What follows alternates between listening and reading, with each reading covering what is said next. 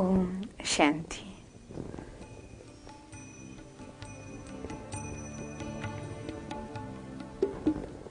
വേൾഡിൻ്റെ history, geography നമ്മൾ school കോളേജിൽ നമ്മുടെ പഠിപ്പിൻ്റെ സമയത്ത് നമ്മളെല്ലാവരും പഠിച്ചിട്ടുണ്ട്, പഠിച്ചെഴുതിയിട്ട് മാർക്ക് വാങ്ങാറുണ്ട്.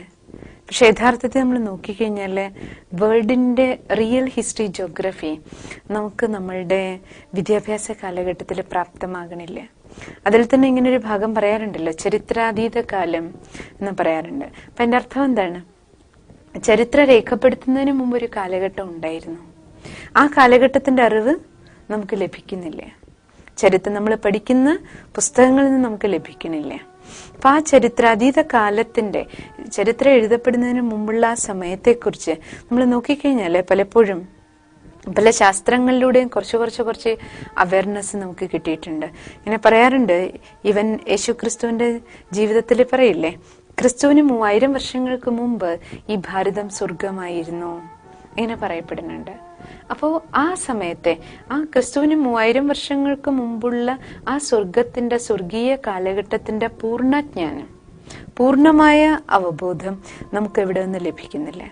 എപ്പോഴാണോ സ്വയം ജ്ഞാനസാഗരൻ പരംപിത പരമാത്മാ ഈ സൃഷ്ടിയിലേക്ക് വരുന്ന നമുക്ക് ഈശ്വരീയ ജ്ഞാനം പ്രദാനം ചെയ്യണം, ആ സമയത്ത് മാത്രമേ സൃഷ്ടിയുടെ ആദ്യം മുതൽ അന്ത്യം വരെയുള്ള പൂർണ്ണജ്ഞാനം, അതായത് സൃഷ്ടിയുടെ ആദി മധ്യ അന്ത്യത്തിന്റെ രഹസ്യം, അതായത് കംപ്ലീറ്റ് വേൾഡിന്റെ ഹിസ്റ്ററി, ജോഗ്രഫി നമുക്ക് പൂർണ്ണമായിട്ട് ലഭിക്കണമല്ലോ. അപ്പൊ ഈ ഏണിപ്പടിയുടെ ചിത്രത്തില് നമ്മൾ കാണുന്നത്, അതായത് നമ്മുടെ മനുഷ്യ ജീവിതത്തിന്റെ ടോട്ടൽ ഹിസ്റ്ററി, ജോഗ്രഫിയാണ്. 5000 വർഷത്തില് ഈ നാടകശാലയില് നമ്മുടെ ജീവിതം 4 ഭാഗങ്ങളിലൂടെ കടന്നു പോകുമ്പോൾ ഓരോ യുഗങ്ങളിലും നമ്മുടെ ജീവിതം ഏത് തരത്തിലാണ് നമ്മുടെ ജീവിതം മുന്നോട്ട് കൊണ്ടുപോയത്, ഓരോ കാലഘട്ടത്തിന്റെയും വിശേഷത എന്തായിരുന്നു, കാലഘട്ടത്തിനനുസരിച്ച് നമ്മളിലുണ്ടായ മാറ്റം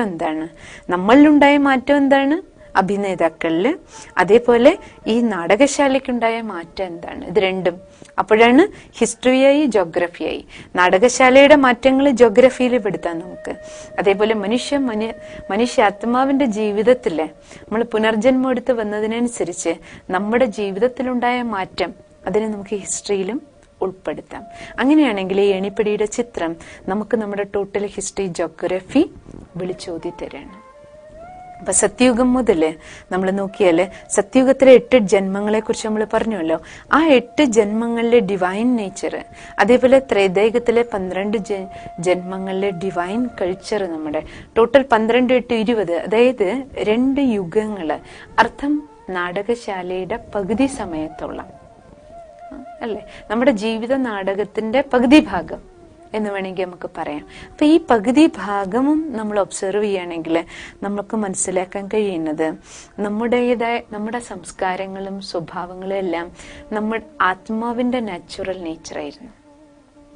ആ നാച്ചുറൽ നേച്ചറിൽ പോയിരുന്നത് കാരണം പ്രകൃതിയും മനുഷ്യനും കൂടെ താതാത്മ്യം പ്രാപിച്ച് ജീവിതം മുന്നോട്ട് പോയിരുന്ന ഒരു കാലഘട്ടമാണ്.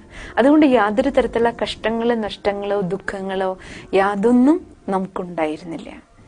അതുകൊണ്ട് തന്നെ ദുഃഖമില്ലാത്തത് കാരണം ഈശ്വരനെ ഓർമ്മിക്കുകയാകട്ടെ, അതേപോലെ ഭക്തിയോ പൂജയോ സമ്പ്രദായങ്ങളോ ഒന്നും തന്നെ നമ്മൾ ചെയ്തിരുന്നില്ല. അതിനുശേഷം ദ്വാപരയുഗം മുതൽ കലിയുഗം വരെ നാടകത്തിന്റെ അടുത്ത പകുതി, ആദ്യ പകുതി സത്യത്രേതയുഗം, അടുത്ത പകുതിയിൽ ദ്വാപരയുഗം മുതൽ കലിയുഗം വരെയുള്ള ഈ 2ാം പകുതിയിൽ നമ്മൾ കാണുന്നത്, അതായത് ത്രേതയുഗത്തിന് ശേഷം 20 ജന്മങ്ങൾക്ക് ശേഷം ദ്വാപരയുഗത്തോടുകൂടി മനുഷ്യാത്മാവ് ശരീരബോധത്തിലേക്ക്, ദേഹബോധത്തിൽ വന്ന് നമ്മൾ നാടകം കളിക്കാൻ തുടങ്ങിയപ്പോൾ നമ്മൾ വികാരങ്ങൾക്ക് അടിമയായിട്ട് വികർമ്മങ്ങൾ ചെയ്യാൻ തുടങ്ങിയ കാലഘട്ടം ദ്വാപരയുഗം മുതൽ അതാണ് കാണുന്നത്. അതുകൊണ്ട് പണ്ട് പറയില്ലേ, ശാസ്ത്രത്തിൽ പറയാറുണ്ടല്ലോ, കഥകളില്, ബൈബിൾ കഥകളിലൊക്കെ പറയില്ലേ, തുടക്കത്തില് ആദം ഹവ്വയെ ദൈവം ഈ സൃഷ്ടിയിലേക്ക് വിട്ടു, വളരെ നല്ല ജീവിതം ജീവിച്ചു. എപ്പോ വിലക്കപ്പെട്ട ഖനി കഴിക്കാൻ തുടങ്ങിയോ അപ്പോഴാണ് ജീവിതത്തില് ആ മാറ്റം ഉണ്ടാകാൻ തുടങ്ങി. ആ വിലക്കപ്പെട്ട ഖനി, ശരിക്കും പറഞ്ഞാൽ ആ വിലക്കപ്പെട്ട ഖനി എന്നതുകൊണ്ട് ഉദ്ദേശിക്കുന്നത് ബോഡി കോൺഷ്യസ്നെസ്സാണ്, ദേഹബോധം. ഞാൻ ദേഹാണെന്നുള്ള തെറ്റായ ബോധത്തിലേക്ക് വന്നു. കാരണം സത്യബോധം ഏതാണ്? ഞാൻ ആത്മാവാണെന്നുള്ള സത്യബോധം നമുക്ക് നഷ്ടപ്പെട്ടിട്ട് നമ്മൾ നമ്മുടെ ഒറിജിനാലിറ്റിയിൽ നിന്ന് വ്യതിചലിക്കാൻ തുടങ്ങി. ആ വിലക്കപ്പെട്ട ഖനി ബോഡി കോൺഷ്യസ്നെസ് കാരണം അതാണ് നമ്മൾ ചെയ്ത ആദ്യ പാപം. ആ ദേഹബോധം എന്ന് പറയുന്ന ആദ്യ പാപം മറ്റെല്ലാ പാപങ്ങൾക്കും നമ്മളെ വിധേയരാക്കി. പിന്നെ നമ്മൾ കാമിയായി, ക്രോധിയായി, ലോഭിയായി, മോഹിയായി, അഹങ്കാരിയായി കർമ്മങ്ങൾ ചെയ്യാൻ തുടങ്ങി. വികാരങ്ങൾക്ക് അടിമപ്പെട്ട് നമ്മൾ കർമ്മങ്ങൾ ചെയ്യാൻ തുടങ്ങിയപ്പോഴാണ് നമ്മുടെ കർമ്മങ്ങൾ വികർമ്മങ്ങളായിട്ട് മാറിയത്, പാപകർമ്മങ്ങളായിട്ട് മാറിയത്. അപ്പൊ സത്യത്രേതായുഗത്തിൽ നമ്മൾ ഏണിപ്പടിയിൽ കാണുന്നത് ഈ 2 യുഗങ്ങളിലെ ഈ കാലഘട്ടമാണ് സ്വർഗീയ ജീവിതം. അതാണ് സ്വർഗീയ ജീവിതം. അതിനെ തന്നെയാണ് ഖുറാനിൽ പറയുന്ന ബഹിഷത്ത്, ദേവലോകം. ഇതാണ് ഈ 2 യുഗങ്ങളിലെ നമ്മുടെ ഈ ജീവിതത്തിന്റെ ഒരു പ്രത്യേകതയായിരുന്നത്. അപ്പോ അവിടെ സത്യയുഗവും ത്രേതായുഗവും നമ്മൾ നോക്കിക്കഴിഞ്ഞാൽ എല്ലാവരും പറയാറില്ലേ, യഥാ രാജ റാണി തഥാ പ്രജ, സർവരും ദേവീ ദേവതകൾ എന്നറിയപ്പെട്ടെ ആ കാലഘട്ടത്തെയാണ് ശാസ്ത്രത്തിൽ പറയില്ലേ 30 കോടി ദേവീ ദേവന്മാരായിരുന്നു ഇവിടെ ഉണ്ടായിരുന്നെന്ന് പറയും ഭാരതത്തില്. അപ്പൊ ഭാരതത്തിലെ സത്യത്രേതായിക കാലഘട്ടത്തില് ഈ ഭാരതത്തില് ജീവിച്ചിരുന്ന മനുഷ്യര്, അതായത് ടോട്ടൽ ജനസംഖ്യയായിരുന്നു 33 കോടി എന്ന് പറയുന്നത്. ആ 33 കോടി മനുഷ്യരും ദേവനെന്നും ദേവിയെന്നും അറിയപ്പെട്ടിരുന്നു. കാരണം എന്താ, എല്ലാവരിലും ദൈവിക ഗുണങ്ങൾ ഉണ്ടായിരുന്നു. അപ്പൊ ദ്വാപരയുഗം മുതൽ കലിയുഗം വരെ നമ്മൾ നോക്കുമ്പോൾ ഈ ഏണിപ്പടി നമുക്ക് നൽകുന്ന അവയർനെസ്, ദ്വാപരയുഗത്തിൽ 21 ജന്മവും അതേപോലെ കലിയുഗത്തിലെ 42 ജന്മവും നമ്മൾ നോക്കിക്കഴിഞ്ഞാൽ ഏകദേശം ഈ 63 ജന്മങ്ങള് വികർമ്മത്തിന്റെ വികർമ്മങ്ങളുടെയും തെറ്റുകളുടെയും ഒരു കാലഘട്ടത്തിലൂടെ നമ്മൾ കടന്നു വന്നത് കാണാം. അപ്പോ നാടകം നമ്മൾ കളിക്കുന്നുണ്ട്, അഭിനയിക്കുന്നുണ്ട്. നാടകശാലയില് ഒരു ഭാഗത്ത് ആത്മാവിലെ കറുപ്പ് ക്ലാവ് പിടിച്ചുകൊണ്ടിരിക്കുന്നുണ്ട്, മറുഭാഗത്ത് നമ്മൾ നോക്കിക്കഴിഞ്ഞാൽ ഇന്ന് നോക്കിക്കോളും നമുക്ക് ചുറ്റും കലിയുഗത്തിന്റെ ഈ ലാസ്റ്റ് വേളകളിൽ പോലും നോക്കിക്കഴിഞ്ഞാൽ മനുഷ്യന് ബുദ്ധിയുടെ കുറവില്ല, കഴിവുകളുടെ കുറവില്ല. കഴിവുകളുണ്ട്, ദൈവം നൽകിയ കഴിവുകളെ നമ്മൾ പക്ഷെ തെറ്റായ കാര്യങ്ങൾക്ക് ഉപയോഗിക്കുന്നുണ്ട്. ഒരു ഭാഗത്ത് ശരിയായ കാര്യങ്ങൾക്ക് ഉപയോഗിച്ച് നമ്മുടെ സുഖ സൗകര്യങ്ങൾ വർദ്ധിപ്പിക്കുന്നുണ്ട്, മറുഭാഗത്ത് അതേ കഴിവുകളെ, ദൈവം നമുക്ക് നൽകിയ കഴിവുകളെ, പ്രാപ്തികളെ, സാധനങ്ങളെ, സാമഗ്രികളെ എല്ലാം നമ്മൾ തെറ്റായ മാർഗത്തിൽ ഉപയോഗിക്കാൻ തുടങ്ങിയപ്പോൾ, നമ്മുടെ രാക്ഷസ ബുദ്ധി കൊണ്ട് ഉപയോഗിക്കാൻ തുടങ്ങിയപ്പോൾ അത് രാക്ഷസീയമായ പ്രവൃത്തികളും നീച പ്രവൃത്തികളായിട്ട്, പൈശാചികമായ പ്രവൃത്തികളായിട്ട് മാറി. അതാണ് സംഭവിച്ചത്. ആ പൈശാചിക കർമ്മത്തിലേക്ക് മനുഷ്യൻ അധപ്പതിക്കുന്ന ചിത്രമാണ് കലിയുഗത്തിന്റെ ഈ ലാസ്റ്റ് വേളയിൽ നമ്മൾ കാണുന്നത്. അതാണ് ഇത്രയും അധർമ്മം ഉണ്ടാക്കിയത്, അതാണ് ഈ അക്രമം ഉണ്ടാക്കിയതിന്റെ കാരണം. നമ്മളിലെ പൈശാചിക സ്വഭാവ സംസ്കാരങ്ങൾ പുറത്തു വന്നതാണ്. അപ്പോ കലിയുഗത്തിന്റെ ഈ ലാസ്റ്റ് ടൈമില് നമുക്ക് ഇതൊരു സമയമാണ്, നമുക്ക് 84ാമത്തെ ജന്മം കിട്ടണ ഈ ടൈം, നമ്മുടെ ദിവ്യജന്മാർത്ഥം സ്വയം ഭഗവാൻ തന്നെ ഈ സൃഷ്ടിയിൽ വന്നിട്ട് പരമാത്മാ ഈശ്വരീയ ജ്ഞാനം നൽകി ഈ ജ്ഞാനാമൃത് നമ്മളെ കൊണ്ട് കുടിപ്പിച്ച് നമ്മുടെ ഉള്ളിൽ കിടക്കുന്ന എല്ലാ കാളകൂട വിഷവും പുറത്തേക്ക് കളയാനുള്ള ഒരു സമയം ഇതാണ്. അതുകൊണ്ടാണ് ഈ സമയത്തെ സംഗമ സമയം എന്ന് പറയുന്നത്. ഈ സംഗമയുഗ വേളയിലാണ് ഭഗവാൻ ജ്ഞാനാമൃതം നമുക്ക് പ്രദാനം ചെയ്യണം. ഈശ്വരീയ ജ്ഞാനാമൃതം നമുക്ക് നൽകണു. നമ്മുടെ ഉള്ളിലെ വിഷസമാന സ്വഭാവങ്ങളെ, സംസ്കാരങ്ങളെ സംസ്കരിക്കാനുള്ള ഒരു ടൈമാണ് ഈ ടൈം. അതാണ് ഈ ഏണിപ്പടിയുടെ ചിത്രത്തിലൂടെ നമുക്ക് ലഭിക്കുന്ന അവയർനെസ്. അർത്ഥം, നമ്മൾ എത്തി നിൽക്കുന്ന ഈ സമയം ഒരു മാറ്റത്തിന്റെ വേളയാണ്. നമുക്ക് തിരിച്ച് കയറാൻ, ഇത്രയും പടി ഇറങ്ങി വന്ന് നമുക്ക് തിരിച്ച് കയറാൻ, നമ്മളെ എങ്ങനെയാണോ ഇറങ്ങാൻ തുടങ്ങിയ സമയത്ത് നമ്മുടെ സ്ഥിതി എന്തായിരുന്നു, ആ ഒറിജിനൽ സ്റ്റേജിലേക്ക് നമുക്ക് മടങ്ങി പോകാനുള്ള ഒരു സമയമാണിത്. ആ ഒറിജിനൽ സ്റ്റേജിലേക്ക് നമുക്ക് തിരിച്ചു പോകണമെങ്കിൽ നമുക്ക് നഷ്ടപ്പെട്ടതെല്ലാം വീണ്ടെടുക്കണം. അതെല്ലാം വീണ്ടെടുക്കാൻ വേണ്ടിയിട്ട് സ്വയം ഭഗവാൻ നമുക്ക് ലിഫ്റ്റ് തന്നിരിക്കുന്ന ഒരു ടൈമാണിത്. അപ്പോ അതാണ് ഈ സമയം നമുക്ക് ഈ ലിഫ്റ്റിൽ കയറിയിട്ട്, ഏത് ലിഫ്റ്റ്, ഈശ്വരീയ ജ്ഞാനത്തിന്റെ രാജയോഗത്തിന്റെ ലിഫ്റ്റിലിരുന്ന് നമുക്ക് നഷ്ടപ്പെട്ടു പോയ ദൈവിക ഗുണങ്ങളും നമുക്ക് നഷ്ടപ്പെട്ടു പോയ ആത്മബലവും വീണ്ടെടുക്കാനുള്ള സമയമാണിത്. അതിനാണ് സ്വയം ഭഗവാൻ തന്നെ ടീച്ചറായിട്ട്, ഭഗവാൻ തന്നെ സദ്ഗുരുവിന്റെ രൂപത്തിൽ ഇപ്പോൾ മാനവന് പ്രാപ്തമാകുന്ന സമയമാണ്. ഈ ടൈമിനെയാണ് ശാസ്ത്രത്തിൽ കാണിച്ചിരിക്കുന്നത്.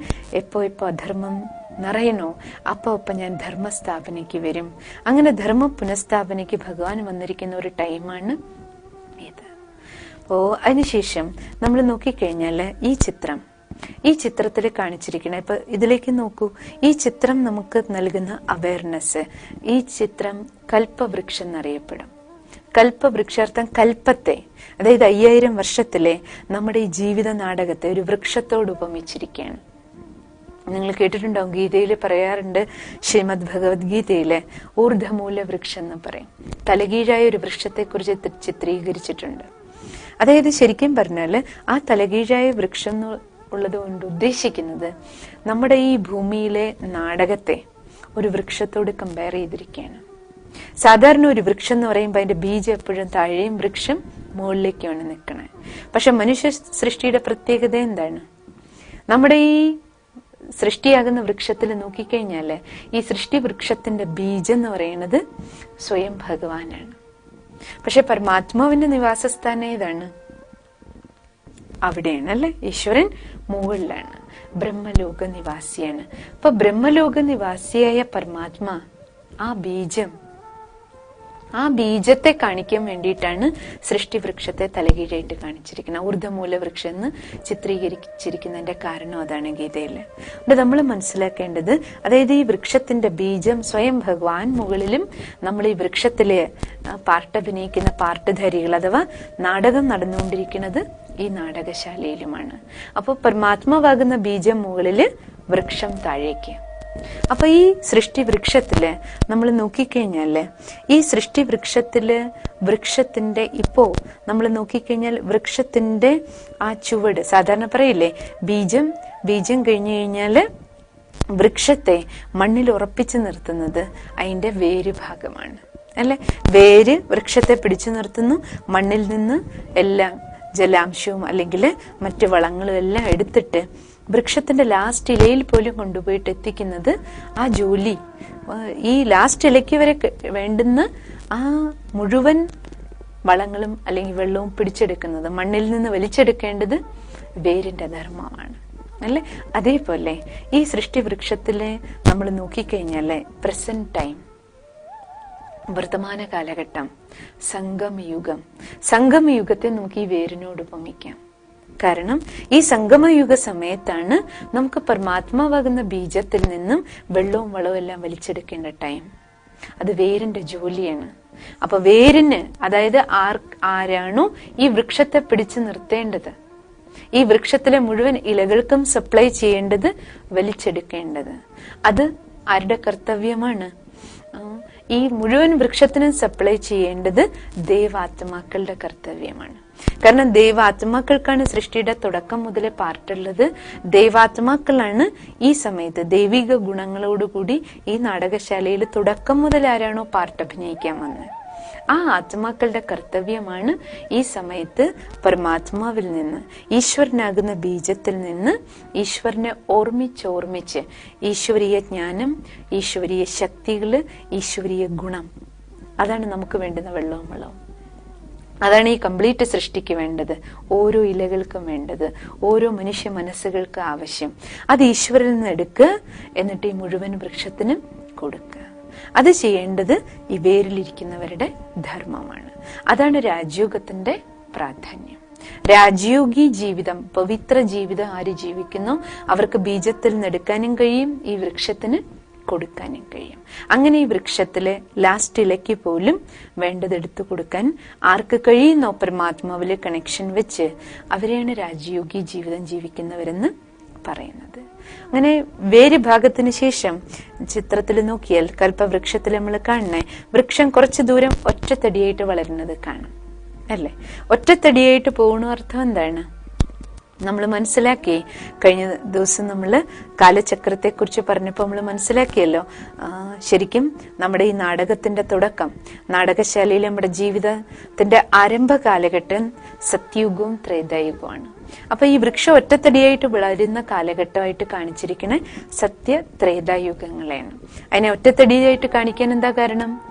എന്തുകൊണ്ടെന്നാൽ ആ സമയത്ത് നാടകശാലയില് ഒരു ധർമ്മം മാത്രമേ ഉണ്ടായിരുന്നുള്ളൂ. ആ ഒരു ധർമ്മത്തിന്റെ പേരായിരുന്നു ആദി സനാതന ദേവി ദേവത ധർമ്മം. ആദി, തുടക്കം മുതൽ, സനാതനം, നിലനിൽക്കുന്ന ധർമ്മം.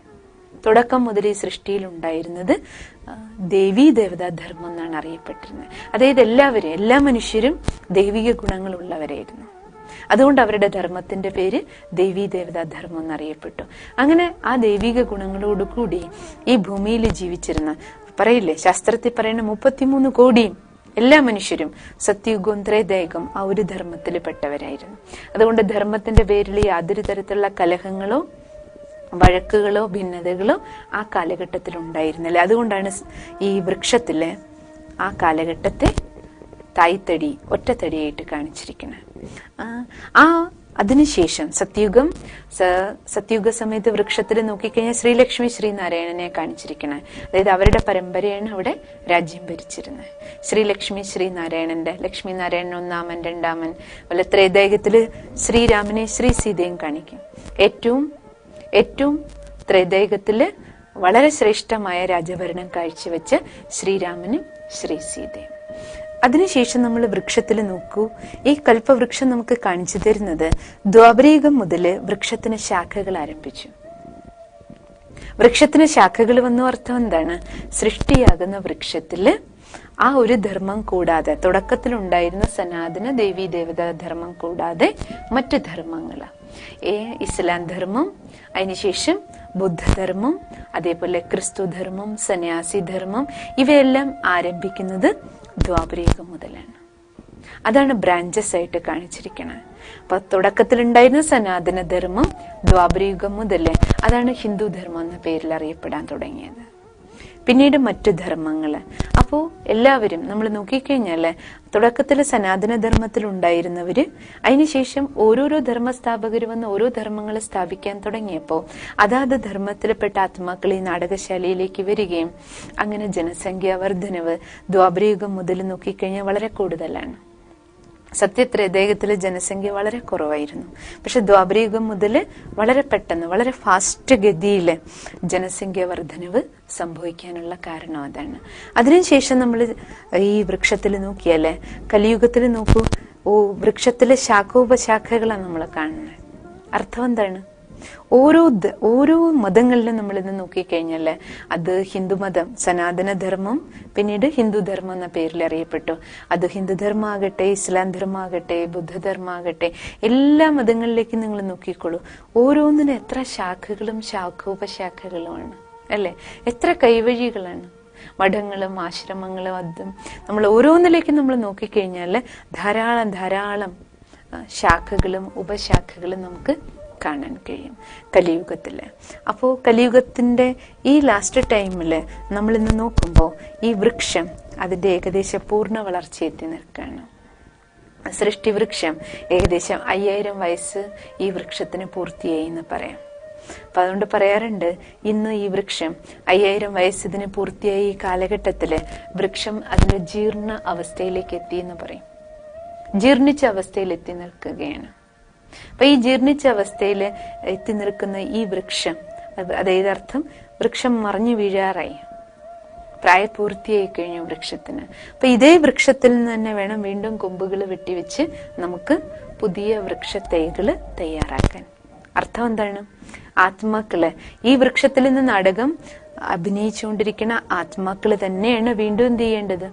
കലിയുഗത്തോടുകൂടി നാടകം പൂർത്തിയായതിനു ശേഷം ഒരു തവണ വീണ്ടും സൈക്കിള് പൂർത്തിയാകുമ്പോൾ, നമ്മൾ നേരത്തെ പറഞ്ഞല്ലോ, കാലചക്രം കറങ്ങുകയാണ്. സമയം നമുക്ക് ആർക്ക് വേണ്ടിയും കാത്തു നിൽക്കില്ല. കാലത്തിന്റെ ചക്രം പൂർത്തിയാകുമ്പോൾ കലിയുഗത്തിന് ശേഷം വീണ്ടും സത്യുഗം ആരംഭിക്കണമെങ്കിൽ, സത്യുഗം മുതലുള്ള പാർട്ടധാരികൾ വന്ന് നാടകത്തില് പാർട്ട് അഭിനയിക്കണമെങ്കിൽ ഈ കലിയുഗത്തിന്റെ ഈ ലാസ്റ്റ് വേളയിൽ തന്നെയാണ് സത്യുഗത്തിലേക്ക് പോകാനും നാടകം കളിക്കാനുള്ള പ്രിപ്പറേഷനും നമുക്ക് ചെയ്യേണ്ടത്. അതുകൊണ്ട് കൊമ്പുകള് തയ്യാറാക്കേണ്ട സമയം, അല്ലെങ്കിൽ സാപ്ലിങ്ങിന്റെ ടൈം ഇത് തന്നെയാണ്. തൈകള് നട്ടു വളർത്തേണ്ട ടൈം ഇത് തന്നെയാണ്. ഏത് തൈകള്? ഇവിടെ ആത്മാവാണ് തൈ എന്ന് പറയുന്നത്. മനുഷ്യാത്മാവാണ് ആ തൈകള്. മനുഷ്യാത്മാവിലെ പരിവർത്തനത്തിന് വിധേയമാകേണ്ടത് ഈ സമയത്താണ്. നമ്മുടെ സംസ്കാര പരിവർത്തനം, അതാണ് നമുക്ക് ആവശ്യം. സ്വഭാവത്തിന്റെ, സംസ്കാരത്തിന്റെ പരിവർത്തനം. അതായത് 5000 വർഷം കൊണ്ട് നമ്മൾ നാടകം കളിച്ച് നമ്മളിൽ നിന്ന് നഷ്ടപ്പെട്ടു പോയ ദൈവിക സംസ്കാരത്തെ വീണ്ടും എമർജ് ചെയ്യുക. അതേപോലെ 5000 വർഷം കൊണ്ട് നമ്മളിൽ മർജായ മാനുഷികമായ ആസുരീയമായ എന്തെല്ലാം വികലതകള്, എന്തെല്ലാം ചപലതകൾ, എന്തെല്ലാം ദുർബലതകള് നമ്മളിൽ വന്നുപോയോ, ആ വന്നുപോയ ദുർബലതകളെ പരിവർത്തനപ്പെടുത്താനുള്ള ടൈമും ഇത് തന്നെയാണ്. അപ്പൊ ഇന്ന് ഈ സമയം, അതാണ് ഈ ചിത്രത്തിലൂടെ, കൽപ്പവൃക്ഷത്തിന്റെ ചിത്രത്തിലൂടെ നമ്മൾ മനസ്സിലാക്കേണ്ടത്. അതായത് ഈ വൃക്ഷം മറിഞ്ഞു വീഴുന്നതിന് മുമ്പ് തന്നെ തൈകളെ തയ്യാറാക്കണം. അർത്ഥം, നമുക്ക് തയ്യാറാകണം. നമുക്ക് നമ്മുടെ ഉള്ളില് ഈ ഒരു പരിവർത്തന മാറ്റത്തിന് നാം നമ്മളെ വിധേയമാക്കണം. ആ ഒരു തിരിച്ചറിവാണ് നമുക്ക് ഈ സമയത്ത് ഉണ്ടാകേണ്ടത്.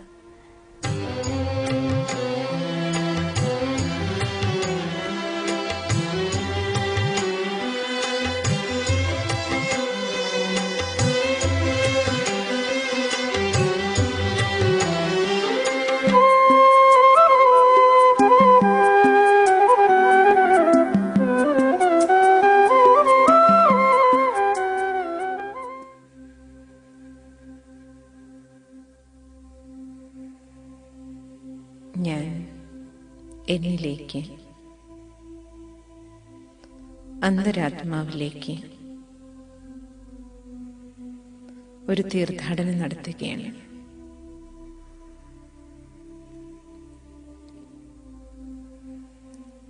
ശാരീരികമായി ഞാൻ വളരെ സ്വസ്ഥമായിരിക്കുന്നു.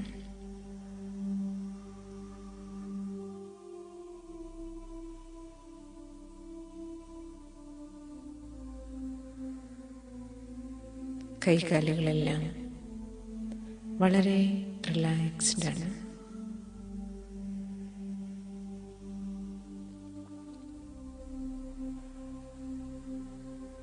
ഞാൻ എന്നിലേക്ക്, എൻ്റെ ചിന്താമണ്ഡലത്തിലേക്ക്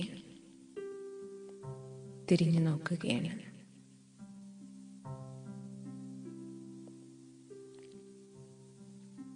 എൻ്റെ മനസ്സിലൂടെ എന്തെല്ലാം ചിന്തകളാണ് കടന്നു പോകുന്നത്.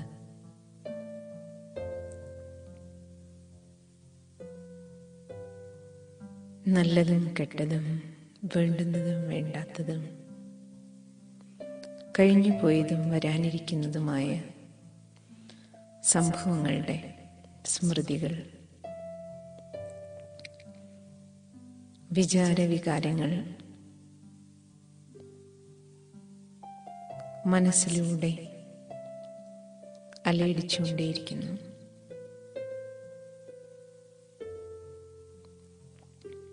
ഞാൻ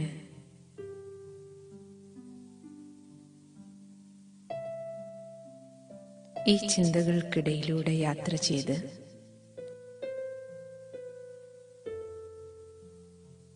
എന്നിലെ എന്നെ കാണാൻ ശ്രമിക്കുകയാണ്.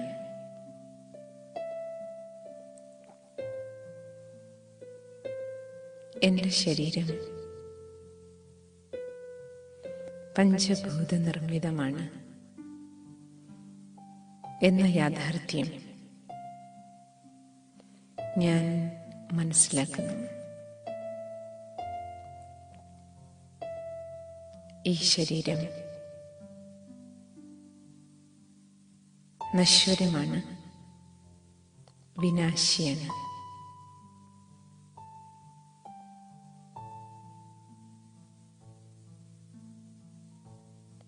ഈ ശരീരമാകുന്ന കാർ നിയന്ത്രിക്കുന്നത് ആത്മാവാണെന്ന യാഥാർത്ഥ്യം ഞാൻ മനസ്സിലാക്കുന്നു.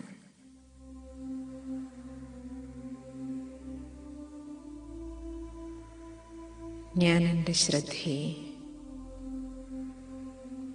എന്നിലേക്ക്, ഇരുപുരികങ്ങൾക്കും മധ്യേ കുടികൊള്ളുന്ന ആത്മാവാകുന്ന പ്രകാശത്തിലേക്ക്, ചൈതന്യത്തിലേക്ക് കേന്ദ്രീകരിക്കുകയാണ്.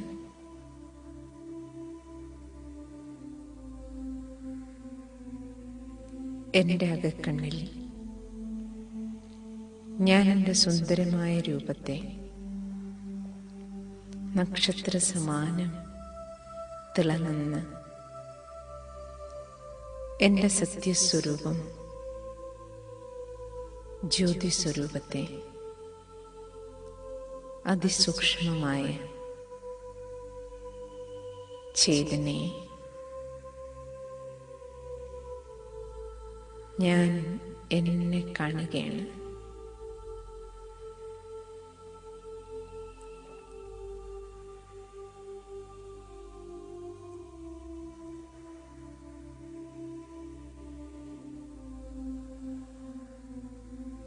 തിളങ്ങുന്ന ജ്യോതിർബിന്ദു രൂപത്തിൽ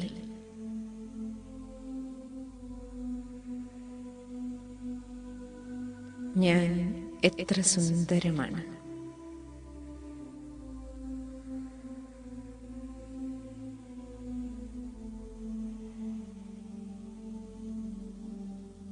ഞാൻ വേറെ, എൻ്റെ ശരീരം വേറെ.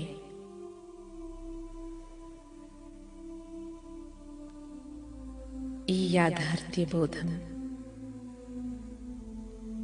എന്നിലുണരുന്നു.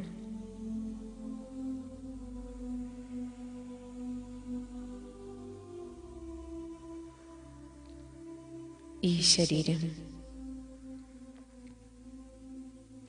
ഭൂമിയാകുന്ന ഈ നാടകശാലയിൽ നാടകം കളിക്കാൻ ആത്മാവായി എനിക്ക് കിട്ടിയ ഒരു വേഷം മാത്രമാണ്.